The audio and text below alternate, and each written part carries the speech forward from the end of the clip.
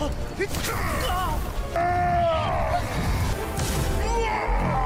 肆虐成性，叶青，可否先带我问清楚？这也没法再撇清于影下，又有被拆穿的风险。怎么办？难道已经在怀疑？这样的，难不成江西时应该把我们带到白兰烟身边？别这么说，其实你呀，我们要想办法先恢复3月1炮沉幽湖的麻烦。那宝贝不仅能早餐一顿了，东西好难闻。我的宝贝。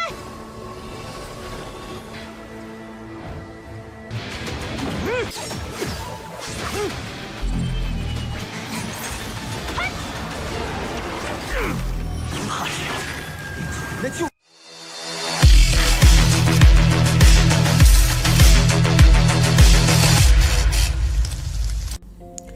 Halo semuanya, selamat datang di Ruang Sinema. Bagaimana kabar kalian semua? Semoga selalu sehat dan baik-baik saja.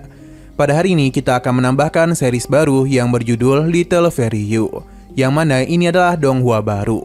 Sinopsis dari series ini sendiri berputar pada hewan, pemimpin klan tersembunyi yang ditakuti oleh ketiga dunia.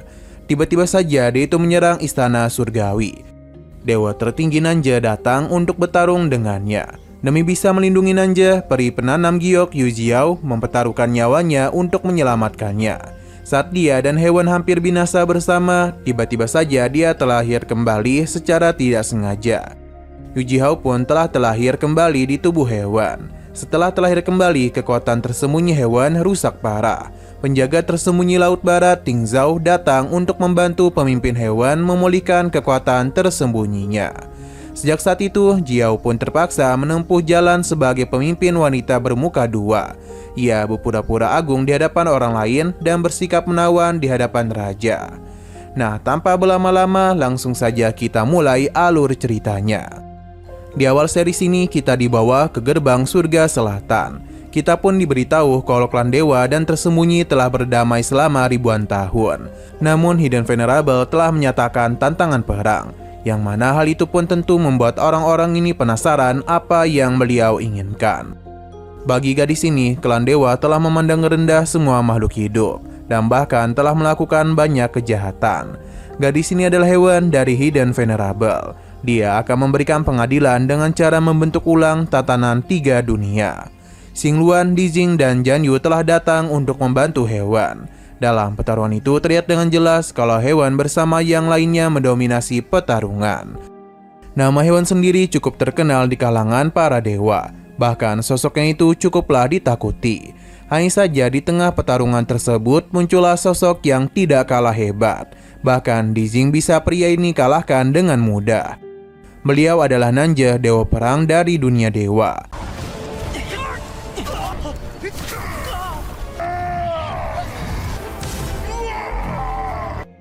Kedatangannya sudah ditunggu-tunggu oleh hewan. Pertarungan pun kembali mereka lakukan. Tapi sosok Nanja ini terlalu kuat. Serangan Xingluan dan Zhang Yu tidak ada apa-apanya. Ia pun menggunakan teknik semesta pengunci jiwa demi bisa mengurung mereka berdua. Selain itu dirinya juga langsung melancarkan serangan kepada hewan, yang membuat topengnya pun telah hancur. Dan kini wajah cantiknya pun telah terlihat oleh Nanja. Sepertinya Nanja mengenalinya dan memanggilnya sebagai Wan Wan.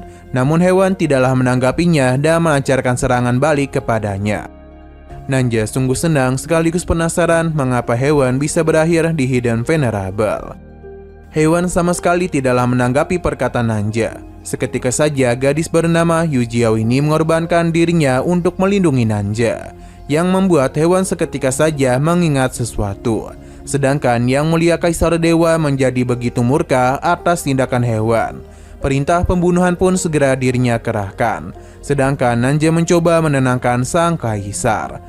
Hanya saja tindakan Nanja sudah dianggap memberontak dan dia itu juga sudah dianggap membantu hewan. Untuk hewan sendiri sedang bersama dengan Yu Jiao yang kemungkinan dia itu memiliki hubungan dengannya. Nanja meminta mereka untuk pergi dari tempat ini. Namun kondisi dari gadis itu sudah terluka sangat parah, yang membuat Haewon mau tidak mau harus melakukan sesuatu untuk bisa melindungi dirinya. Bahkan Haewon menggunakan seluruh kekuatannya untuk bisa menghancurkan serangan Kaisar Dewa. Jiwa dari gadis tadi sepertinya telah berpindah ke batu milik Haewon. Nanja yang tidak ingin berpisah lagi dengannya mencoba untuk menyelamatkannya. 玩肆虐成性，叶星，可否先带我问清楚？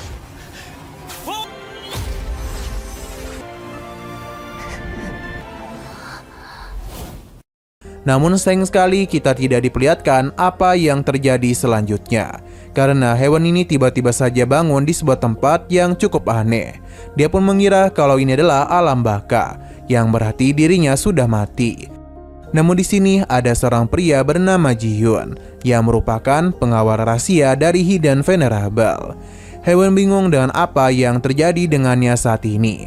Sampai akhirnya kita pun jadi tahu kalau jiwa dari Yu Jiao telah berpindah ke tubuh Haewon. Andai saja ini diketahui oleh Ji-hyun, maka Jiao pasti akan dihabisi. Maka karena itulah dia pun harus berpura-pura menjadi Haewon.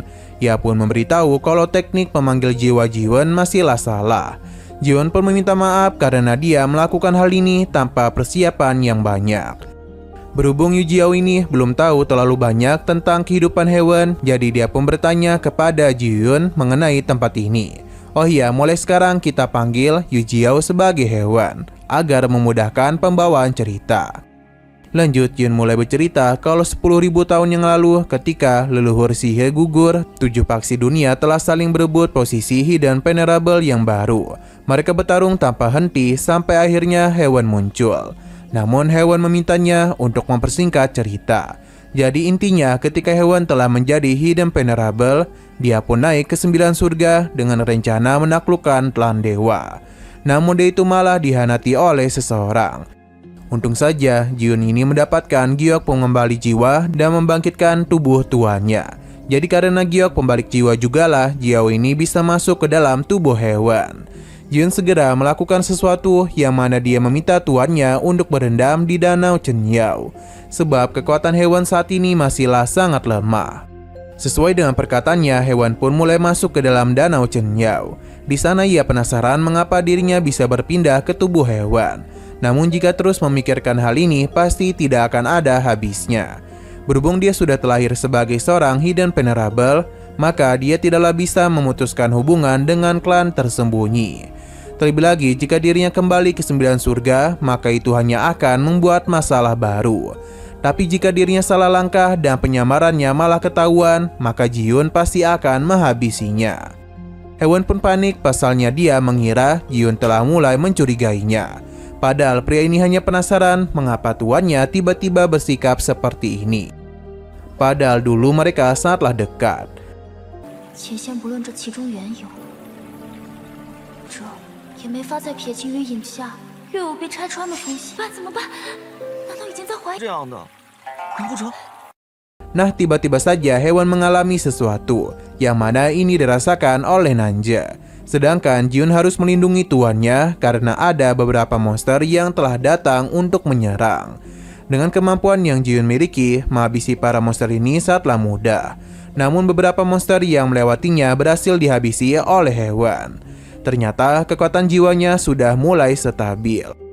Namun Ji-hyun ini malah tidak sengaja menatap tubuh indah dari tuannya, bahkan sampai membuat dia mimisan. Karena malu, Haewon pun segera menyerangnya. Ji-hyun pun merasakan aura dari dewa yang kemungkinan berasal dari Nanja. Alih-alih melarikan diri, Haewon justru ingin pergi menemuinya. Tapi Ji-hyun tidak akan membiarkan hal itu dan segera menggunakan sebuah artefak untuk memindahkan mereka. Ini tentu membuat Haewon kecewa padahal dia bisa meminta bantuan kepada Nanja. Ji-hyun pun memintanya untuk tidak balas dendam dulu karena kekuatan tuannya masihlah belum pulih. Setidaknya mereka harus mengumpulkan 3 penjaga dulu, baru bisa melakukan balas dendam. Jiao pun sadar dengan kondisinya seperti ini, ia tidaklah bisa secara langsung menemui Nanja. Karena jika tidak, dia itu malah akan dijadikan sebagai persembahan pedangnya. Namun Haewon malah berpikir ingin pergi ke Istana Langit demi bisa menyelesaikan semua masalah ini. Untuk Ji-Yun sendiri bingung mengapa mereka tidak bertemu dengan Bai Layan dan malah berakhir di tempat ini. Dia pun segera membunyikan lonceng yang membuat beberapa kekuatan jahat mulai muncul. Haewon sempat ketakutan, tapi Ji-Yun menjelaskan kalau Bai Layan adalah sosok imut dan gagah. Sedangkan para makhluk yang ada di hadapan mereka merupakan para undead bawahan Bai Layan.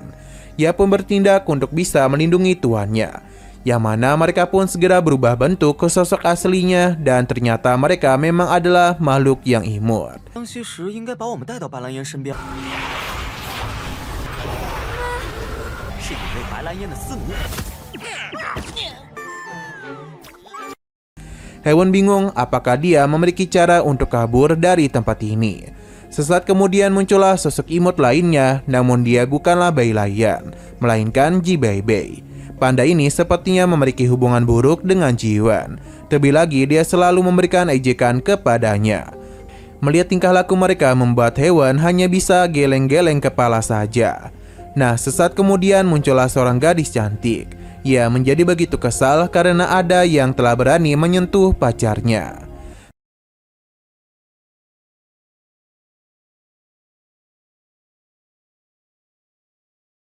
Gadis yang baru datang ini bernama Bai Layan. Dia merasa ada yang berbeda dengan Haewon. Karena meskipun dia baru saja dibangkitkan, namun tetap ada yang kurang. Haewon pun panik apakah identitasnya sudah ketahuan. Bai Layan menggunakan kekuatan matanya yang membuat dirinya tahu kalau 3 jiwa tuannya telah hilang. Ini semua terjadi karena Ji-Yun telah menggunakan ritual pembangkit jiwa bajakan. Ji-Yun pun merasa bersalah karena meskipun tuan mereka sudah hidup lagi, namun dia telah kehilangan beberapa ingatannya. Bai Layan tidaklah mempermasalahkan tentang ingatan, karena yang menjadi masalah utama di sini adalah kekuatannya yang menurun drastis. Karena sudah seperti ini, maka Bai Layan dan Bai Je pun memilih untuk pergi saja. Karena baginya, hewan yang sekarang sudah tidak pantas untuk menjadi tuannya. Ji-Yun tentu tidaklah terima, pasalnya hewan hanya perlu 300 tahun saja untuk menduduki peringkat pertama di antara 3 alam. Kekuatannya bahkan sudah sama hebatnya dengan leluhur si Hei. Andai saja 3 jiwa tuannya sudah pulih, maka Ji-Yun yakin kekuatan hewan pasti kembali juga. Namun Bai Layan sudah tidak peduli, yang tentu membuat Ji-Yun kesal. Ia pun mengingatkan Bai Layan mengenai dia yang membutuhkan hewan. Tapi Bai Layan memintanya untuk sadar, karena bagaimana cara hewan yang sekarang menemukan keberadaan ayahnya. Ji-Yun juga tahu akan hal tersebut, jadi mereka ini harus bersama-sama mencari cara untuk memulihkan kekuatan hewan. Sayang sekali Bai Layan sudah tidak terlalu percaya dengan rencananya. Di sini hewan pun bertanya apakah Bai Layan memiliki cara untuk membantu dirinya. Yang mana gadis ini menyarankan untuk merebut artefak kehidupan milik Nanja dari penjaga jiwa.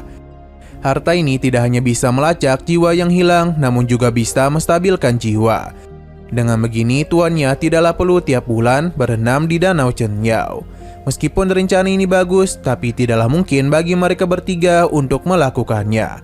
Bahkan Haewon sendiri saja kalah dari Nanja. Lantas bagaimana mungkin Ji-Yun bisa melakukan hal tersebut? Tapi dengan kepercayaan yang begitu tinggi, Ji-Yun akan berjuang mati-matian untuk melakukan hal ini. 这么说，其实你压要想办法先恢复。 3月1炮沉幽湖的麻烦。那宝贝不仅为了主人， Di tengah semua itu, Bai Layan kepikiran satu ide, yang mana dia pun langsung saja melakukan sesuatu. Di saat Bai Layan tengah sibuk, kita pun dibawa ke sebuah tempat, yang mana di sana ada sosok yang telah dikurung. Ia sepertinya telah merasakan kekuatan Bai Layan. Untuk Bai Layan sendiri meminta hewan untuk memakan beberapa roh yang telah dia kumpulkan. Dengan begini, kekuatan tuannya bisa pulih. Hanya saja memakan benda hal ini membuat hewan merasa geli. Berbeda dengan Bai Layan yang menganggap roh jahat sebagai makanan yang sangat enak. Hewan pun jijik melihat roh jahat, terlebih lagi baunya tidaklah sedap. Bai Layan pun menjelaskan mengenai rencananya, yang mana Ji-Yun akan menemani hewan untuk memulihkan kekuatannya. Sedangkan dia dan Ji-Wei akan menemukan roh jahat untuk dia makan. Hewan memuji kerja keras mereka, Tapi tetap saja memakan makhluk aneh ini terlalu sulit untuk dia lakukan. Sampai akhirnya sesuatu pun datang yang langsung saja mengambil roh jahatnya. Ini semua adalah ulah dari pria yang sebelumnya dipenjara tadi.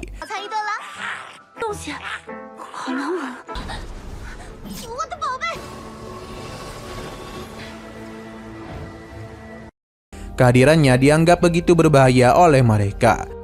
Jadi Ji-Yun maupun Ji-Bei akan mencoba untuk bisa melindungi para gadis. Namun sepertinya kekuatan dari pria ini terlalu besar. Bahkan satu serangan saja telah membuat Ji-Bei terpental. Ji-Yun mengenalinya sebagai dewa besar Jianshui, yang adalah dewa angin pada zaman dahulu. Tapi sepertinya dia itu mengalami sesuatu yang membuat Jianshu tidak bisa mengendalikan dirinya. Hewan ingat kalau Jianshu seharusnya sudah hilang pada 100 tahun yang lalu. Lantas mengapa dia tiba-tiba saja muncul di sini? Ji-Yun segera melakukan penyerangan dengan cepat untuk bisa mengatasi Jianshu. Dalam pertarungan ini terlihat dengan jelas kalau Ji-Yun bisa mengimbangi setiap gerakan Jianshu. Bahkan dia juga sempat memberikan beberapa serangan kepadanya. Tidak mau ketinggalan, Bai Lion juga segera melakukan serangan kepadanya. Ia menggunakan roh-roh jahat miliknya yang membuat pergerakan Jianshu sempat dibatasi. Namun meskipun begitu, dirinya tetaplah bisa melakukan serangan balik kepada Baija yang mencoba menyerangnya secara diam-diam. Ji-Yun memintanya untuk segera menghentikan tindakannya. Apakah dia itu telah lupa bagaimana hewan memberikan pertolongan kepadanya?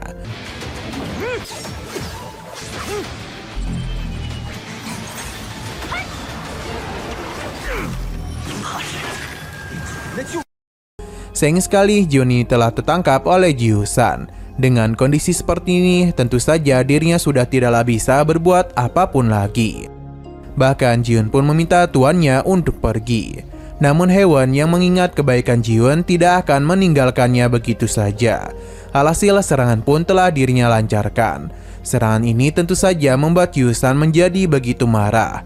Serangan pun langsung saja Jiusan lancarkan kepada hewan. Untung saja hewan masihlah mampu mengimbanginya. Namun dengan kekuatan dirinya yang sekarang, Jiusan bukanlah lawan yang bisa dia kalahkan dengan mudah. Jadi karena itulah hewan harus mencari kelemahan dari Jiangsan yang tidak terkendali saat ini. Namun sepertinya itu cukup sulit juga. Bahkan hewan berpikir kalau dirinya pasti akan segera mati. Di saat Jiangsu ingin menghabisinya, kekuatan yang besar pun telah muncul. Yang mana ini semua berasal dari hewan yang asli.